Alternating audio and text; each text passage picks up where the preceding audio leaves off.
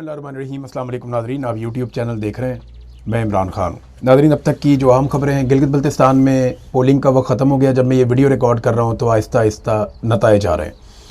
तमाम जमातें अपने अपने मर्ज़ी के नताइज जो हैं वो जारी कर रही हैं और कुछ पेपर भी हमें नज़र आ रहे हैं जो फॉर्म 45 जिसे हम कहते हैं, जो पोलिंग वाले दिन वहाँ से पोलिंग स्टेशन से बाहर आता है।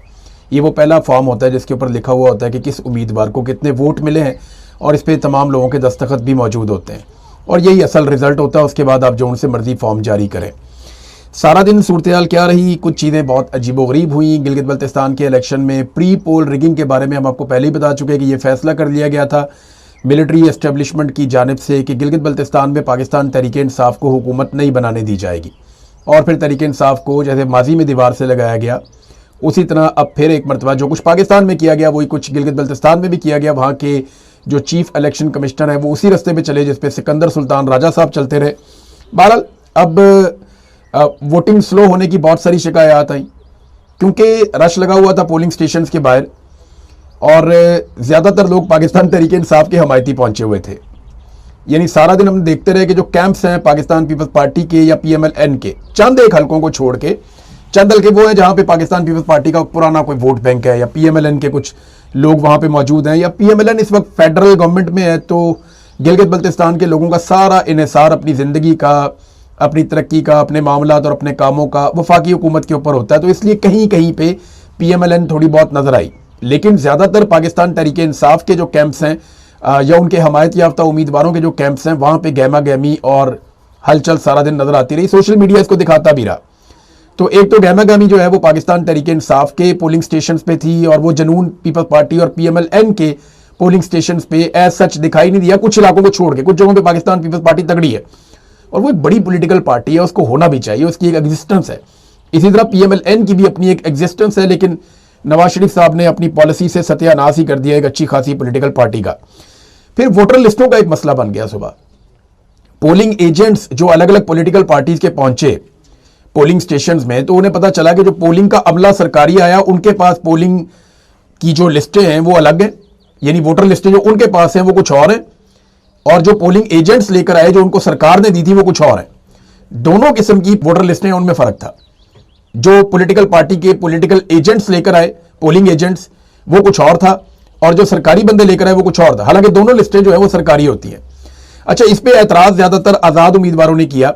PMLN और पीपल्स पार्टी के उम्मीदवारों ने इस पे ज्यादा एतराज नहीं किया या उनके एजेंट्स ने इस पे ज्यादा एतराज नहीं किया मकामी सहाफियों के मुताबिक। और उसकी रीजन ये वो बताते हैं कि क्योंकि इन्हें आइडिया है कि हुकूमत इनको बनाकर दे दी जाएगी, तो ये किसी बात में भी रिएक्शन नहीं दे रहे और सुकून से ये चाहते हैं कि इलेक्शन हो जाए। जबकि अपोजिशन जो है या PTI के लोग वो रोला डालते हैं, शोर मचाते हैं कि जनाब हमारे साथ ज्यादती हो रही है। एक और काम भी बड़ा अजीब हुआ कि कई पोलिंग स्टेशन ही तब्दील कर दिए गए। पहले उनकी जो लोकेशन थी वो सड़क के किनारे थी, जब लोग वोट डालने के लिए आए तो उन्हें पता चला ये तो फलानी चोटी पे चला गया पहाड़ की, अब बहुत हाइट के ऊपर ले गए, अब बहुत सारे लोग वहां चढ़ नहीं सकते। फिर कई लोगों के वोट शिफ्ट हो चुके थे। जब वो वोट डालने के लिए आए तो उन्हें पता चला उनका वोट तो फलाने इलाके में है या फलानी जगह पे मुंतकिल हो गया। अब यहां पे सारा दिन का ट्रैवल होता है। अगर कोई बंदा सुबह 10-11 बजे निकले और वो दूसरे मुकाम पे जाना पड़े तो उसको बाद का 6-8-10 घंटे भी लग जाते हैं। तो वो तो वोट ज़ाया हो गया।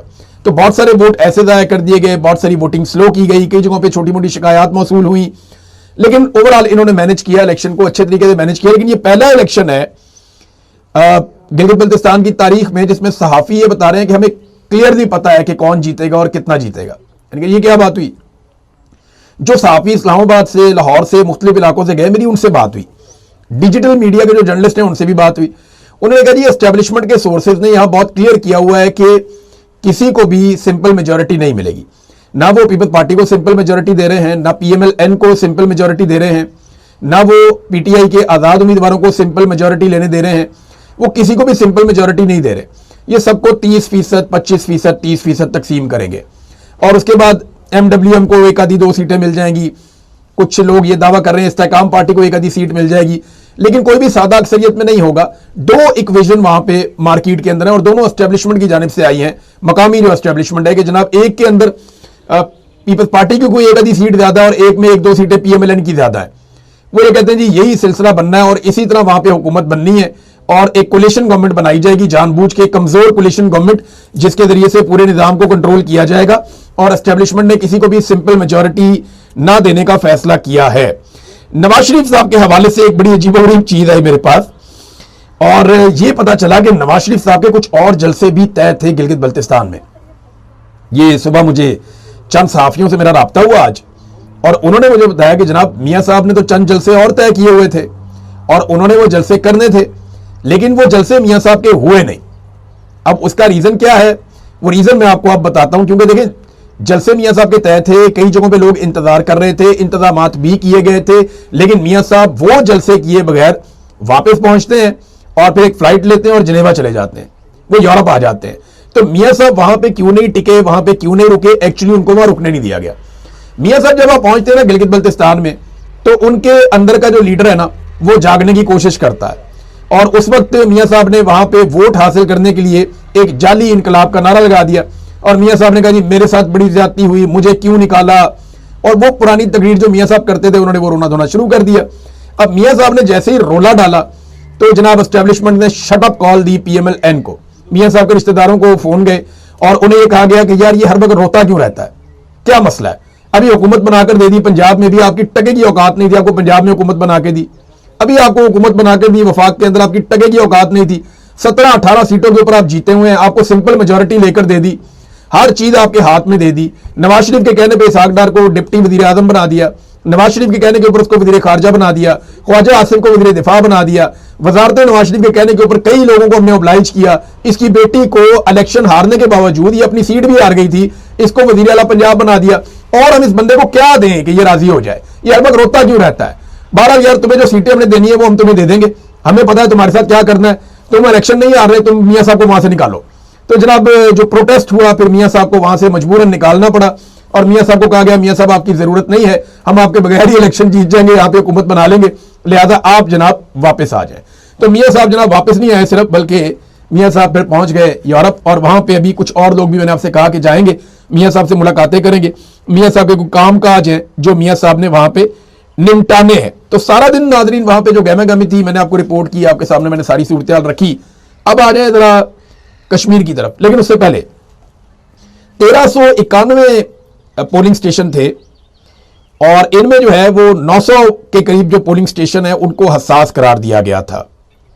ये वहां हुआ गिलगित बल्तिस्तान में, और अभी अलग अलग तरह के लोग अपने पेपर भेज रहे हैं। MWM एक जगह पे आगे चल रही है, PTI का आजाद उम्मीदवार एक जगह पे आगे चल रहा है, एक जगह पे पीपल्स पार्टी का एक उम्मीदवार आगे चल रहा है, लेकिन अभी तक मुझे कोई भी ऐसा डॉक्यूमेंट नहीं मिला या कोई भी ऐसी चीज नहीं मिली जिसमें PMLN का कोई बंदा आगे चल रहा हो। तो PMLN की तो मंजी ठुकी हुई है, लेकिन देखते हैं कि एस्टेब्लिशमेंट PMLN को कितनी सीटें दिलवाती है। अब नाज़रीन आ जाए कश्मीर की तरफ, वहां पे जो है कलअदम करार दिया गया अवामी एक्शन कमेटी को, और ज्वाइंट अवामी एक्शन कमेटी को कलअदम करार देने के बाद उनका दफातर जो है, उनके जो मेन दफातर हैं वो सील कर दिए गए। उनके रहनुमाओं की गिरफ्तारी के लिए लगातार छापे मारे जा रहे हैं, कोशिश की जा रही है कि उन्हें गिरफ्तार किया जाए, लेकिन आज़ाद कश्मीर की आवाम जो है वो ढाल बनी हुई है। कुछ जगहों पर कुछ रहनुमाओं को गिरफ्तार करने के बाद करीब पहुंच गई रेंजर्स और पुलिस, लेकिन मकामी लोगों ने मुजामत करके गिरफ्तारी से रोक दिया। फिर जो फंडिंग होती है ज्वाइंट अवामी एक्शन कमेटी को, उसको रोकने की पूरी कोशिश की जा रही है कि बाहर से जो फंडिंग आती है, जो ओवरसीज कश्मीरी बहुत बड़ी तादाद में कश्मीर से बाहर दुनिया भर के मुल्कों में रहते हैं, खासतौर पे बरतानिया में, ये फंडिंग को कैसे रोका जाए, इसके लिए बड़े सख्त इकदाम किए जा रहे हैं। लीडरशिप की गिरफ्तारी की कोशिश की जा रही है। कश्मीर में हालात काफ़ी कशीदा है। अभी थोड़ी देर पहले एक इत्तला आई रावला कोर्ट से, अभी इसकी तस्दीक हो जाएगी कि वहां पर फायरिंग का एक वाकया हुआ है, 4 नौजवान, अब तक की इत्तला के मुताबिक ये क्लेम किया जा रहा है मकामी सोर्सेज की जानिब से। मुझे नहीं पता कि इस खबर में कितनी सदाकत है, क्योंकि जब इस तरह के हालात होते हैं, इंटरनेट बंद होता है, तो बाद का जाली खबरें भी फैलाई जाती हैं, लेकिन दावा यह किया गया कि 4 नौजवान शहीद हो गए हैं मजीद। तो ये एक बड़ा अफसोसनाक वाकया है। देखिए सुप्रीम कोर्ट ने वहां पर एक फैसला भी दिया, जो सदारती रेफरेंस एक भेजा गया था सुप्रीम कोर्ट को, उन्होंने जो फैसला दिया वो एग्जैक्टली वही बातें की हैं जो कमेटी ने अपने मुआहदे के अंदर पहले ही हुकूमत के साथ कर ली थी। यानी सुप्रीम कोर्ट क्या कहती है, एक तो मुझे ऐसा लगा जैसे ये लिखा लिखा है फैसला है, और सुप्रीम कोर्ट ने वो कुछ कहा जो इस वक्त एस्टेब्लिशमेंट चाहती है कि सुप्रीम कोर्ट ये बातें करे। दूसरा, हर आदमी वहां पे आजाद कश्मीर में एक ब्रिगेडियर फाइक का नाम ले रहा है। ब्रिगेडियर फाइक पहले कर्नल के तौर पर लाहौर में भी मौजूद था, और इस ऑफिसर ने पॉलिटिकल इंजीनियरिंग में बहुत बड़ा किरदार अदा किया। 9 मई के बाद इसने पाकिस्तान तहरीक इंसाफ के लोगों पर बहुत जुल्म किया था, और जब से ये आदमी कश्मीर में गया है तब से लेकर अब तक लोग लगातार शिकायत कर रहे हैं कि पॉलिटिकल इंजीनियरिंग में ब्रिगेडियर फाइक का बहुत बड़ा किरदार है। ये वहां के लोग बार बार कह रहे हैं और नाम लेकर कह रहे हैं, बाकायदा कई लोग नाम लेते हैं, कई नहीं लेते, लेकिन वो एग्जैक्टली इसी ब्रिगेडियर की तरफ इशारा करते हैं। अब नाजरीन, सुप्रीम कोर्ट ऑफ पाकिस्तान ने जो ऑर्डर दिया ना, उसमें कुछ चीजें मुझे लिखी लिखाई इसलिए महसूस हुई कि उन्होंने तहरीक लब्बैक का जो धरना हुआ था फैजाबाद वाला, उसकी मिसाल भी बीच में पेश की और उन्होंने कहा ये मुहज़्ज़ब मुल्कों में ऐसा नहीं होता और मुहज़्ज़ब माशरे में किसी फर्द या गिरोह को इजाजत नहीं दी जा सकती। देखिए, मुहज़्ज़ब माशरे में जो मुजाहिरीन पुरअमन एहतजाज कर रहे हो उनके ऊपर सीधी गोलियां भी नहीं चलाई जाती, उसके ऊपर तो कोई बात नहीं की अदालत ने। मुहज़्ज़ब माशरे में लोगों को पुरअमन एहतजाज करने की इजाजत होती है, जलूस करने की, धरना देने की, एहतजाज करने की लोगों को मुहज़्ज़ब माशरों में इजाजत होती है। वहां पे ये नहीं होता कि ऐसे आप गोलियां चलाएं और बंदे ही मार दें जान से। कितने बंदे अब तक मारे गए हैं कश्मीर में एहतजाज जब से शुरू हुआ तब से लेकर, इसके बारे में तो चीफ जस्टिस ने कोई बात नहीं की, लेकिन उन्होंने मिसाल दी पाकिस्तान के अंदर जो इंसिडेंट हुआ फैजाबाद धरना, वो भी पाकिस्तान की एस्टेब्लिशमेंट ने ही किया था, उन्हीं का कारनामा था और यही बताना चाहते थे खादम हुसैन रिजवी साहब। फिर उनका इंतकाल हो गया ये बताने से पहले। तो नाज़रीन, सुप्रीम कोर्ट ने जो बात की ना कि ये तो सारा काम आईनी तरमीम के साथ होगा और ये आइन में ही तरमीम करनी पड़ेगी, आप वैसे तो इसको कर नहीं सकते, तो ये बात तो पहले ही तय हो गई थी। ये जब पिछले साल मुआहदा हुआ था अवामी जॉइंट एक्शन कमेटी का और हुकूमत का, तो उस मुआहदे में ये तय हो गया था कि एक आईनी माहिरीन की एक कमेटी बनाई जाएगी जो इस मामले का हल निकालेगी। तो सुप्रीम कोर्ट ने भी लगभग वही बात की है, तो फिर सुप्रीम कोर्ट जाने की जरूरत क्या थी? ये एक्चुअली जो इस वक्त जॉइंट अवामी एक्शन कमेटी है उसको मुतनाज़ बनाने, उसको दीवार के साथ लगाने, उसको दहशतगर्द बनाने और उसके खिलाफ कार्रवाई का जवाब बनाने की एक कोशिश की गई है। एक जो एस्टीमेट भिजवाया गया है आजाद कश्मीर से एस्टेब्लिशमेंट के बंदों ने जो भिजवाया, वो ये है कि हम इन्हें कंट्रोल कर लेंगे ताकत के जोर पे, हम बंदूक से इस सारी सूरत को कंट्रोल कर सकते हैं। देखिए, इसी तरह के तजर्बों ने और ऐसी रिपोर्टों ने बांग्लादेश तोड़ दिया था, मुल्क दो टुकड़े हो गया था।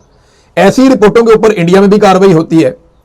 यानी अभी जो नौजवान एक शहीद हुआ शाजेब हबीब, उनके बारे में बताया गया, खबर यह भी आई है कि उनके नमाज जनाजा के रास्ते में भी रोड़े अटकाए जा रहे हैं।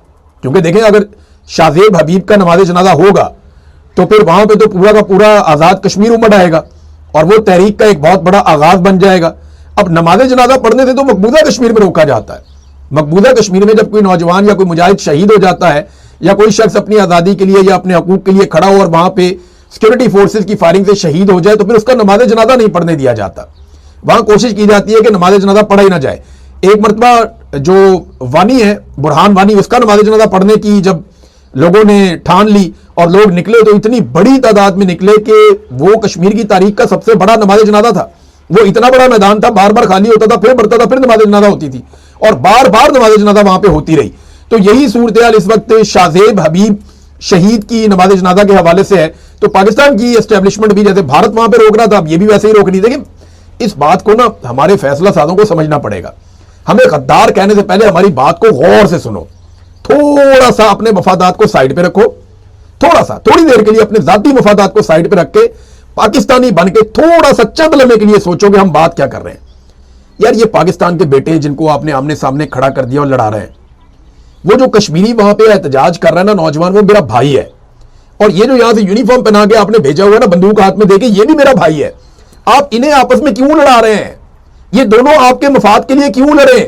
हुकूमत बनानी है आपने है, वसाइल पे कब्जा करना आपने है, पैसा आपने बनाना है, बैरून मुल्क जजीरे आपने लेने हैं, बैरून मुल्क जायदादें आपने बनानी है, बच्चे आपके बाहर पढ़ने हैं, इंजॉय आपने करना है अपनी लाइफ को और एक्सटेंशनें आपने लेनी है, आप लोगों ने इस्तिस्ना लेना है। वो बेचारे का कुछ भी नहीं मिलना। वो जो बंदूक पकड़ा के जिसको भेजा उसको भी कुछ नहीं मिलना, वो जो सामने बेचारा ने हत्या खड़ा हुआ उसको भी कुछ नहीं मिलना। वो दोनों तो अपने मुल्क के लिए कर रहे हो। उसके दिमाग में ये डाला हुआ है कि तुम मुल्क के लिए लड़ रहे हो, उसके दिमाग में ये है कि जब तक मेरा मुल्क जो है वो आजाद नहीं होगा, जब तक हमारे लोग फैसला नहीं करेंगे, तब तक मेरा मुल्क आगे बढ़ेगा ही नहीं। और ये अपना मफाद परस्त लोग जो है वो इन दोनों बच्चों को आमने सामने खड़ा किया हुआ है। ये इंतहाई अफसोसनाक सूरत हाल है और इसके लिए सबसे बड़ी जिम्मेदार जो है वो एस्टेब्लिशमेंट है। देखिए, सोहराब बरकत को क्यों पकड़ लिया? सोहराब बरकत को पहले इन्होंने पकड़ा, अब फिर पकड़ लिया, बार बार पकड़ लेते हैं। उसका कसूर क्या है? उसका कसूर यह है कि मुहिब्बे वतन पाकिस्तानी है और दूसरा कसूर यह है कि वो कश्मीरी है। वो कश्मीर की रिपोर्टिंग करता है, वो कश्मीर के बारे में इंफॉर्मेशन देता है और वो इंफॉर्मेशन देता है जिसको पाकिस्तान का मीडिया नहीं बताता।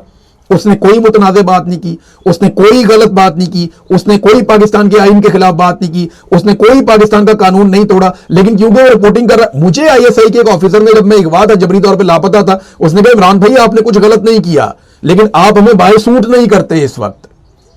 तो इस वक्त इन्हें बाहर सूट नहीं कर रहा सोहराब बरकत, उठा के उसको फिर अंदर कर दिया कि जनाब जब हालात ठीक होंगे। इस तरह तो तुम्हारे हालात कभी भी ठीक नहीं होंगे, सबको पकड़ के अंदर कर दो, कल को तुम और लोगों को पकड़ के अंदर कर दोगे। अभी मुझे पता है कई बड़े सीनियर सहाफी हैं जिन्होंने लाइन ली है आजाद कश्मीर के हक में, उनको बहुत दबाव डाला जा रहा है। आने वाले दिनों में आपको दबाव नजर भी आएगा, उनकी जुबान से नजर आएगा, आपको महसूस हो जाएगा। जो बशारत राजा साहब हैं, हमारे बड़े अच्छे जर्नलिस्ट हैं, उनकी मुझे फिक्र पड़ी हुई है, उनके बारे में मेरे पास इंफॉर्मेशन है। एक हमारे अहमद फरहाद साहब हैं, पहले उनको जबरी तौर पे लापता कर दिया था 12 दिन के लिए, कितना उन पे टॉर्चर किया, कितना उनको ज़हनी अजियत दी गई, उनकी फैमिली को, उनकी वाइफ के ऊपर मुकदमा दर्ज कर दिया गया। निशाने इबरत बना के रख देते हैं। अब ये लोग ये हीरे जैसे लोग हैं यार, अपना काम करते हैं, और ये मजदूर तबका है, ये गरीब के हक के लिए आवाज उठाते हैं। आप इनकी सारी शायरी उठा के देख लें, सारी कवरेज उठा के देख लें, आम आदमी की, पाकिस्तान की बात करते हैं, और इनका अपना कोई बहुत बड़ा इंटरेस्ट या कोई मफाद है भी नहीं। और हर दौर के अंदर इनके ऊपर तनकीद होती है, हर दौर के अंदर ये ताकतवर के सामने खड़े होते हैं, और इन्हीं लोगों को दीवार के साथ लगाया जा रहा है। तो मैंने 2 लोगों का नाम लिया, और भी लोग हैं, मैं सबका नाम लेना नहीं चाहता, लेकिन इन लोगों को भी टारगेट करके, गिरफ्तार करके या अगवा करके कोशिश की जाएगी कि मौजूदा हालात में मंजरे आम से हटा दिया जाए। नाजरीन, वहां पे कुछ बंदे पकड़े गए जो वहां पे सादा कपड़ों में फिर रहे थे। मकामी लोगों को लगा ये मशकूक हैं, ये ऐसे कैसे फिर रहे हैं यहाँ पे। उन्होंने जनाब उनको रोक लिया, रोक के उन्होंने पूछा ये डाले गाड़ियां ये किधर से, भाई तुम कौन लोग हो। वो बंदे कोई बात ठीक तरीके से नहीं कर सके, तो उन्होंने तलाशी ली, तो उनके पास असला निकल आया।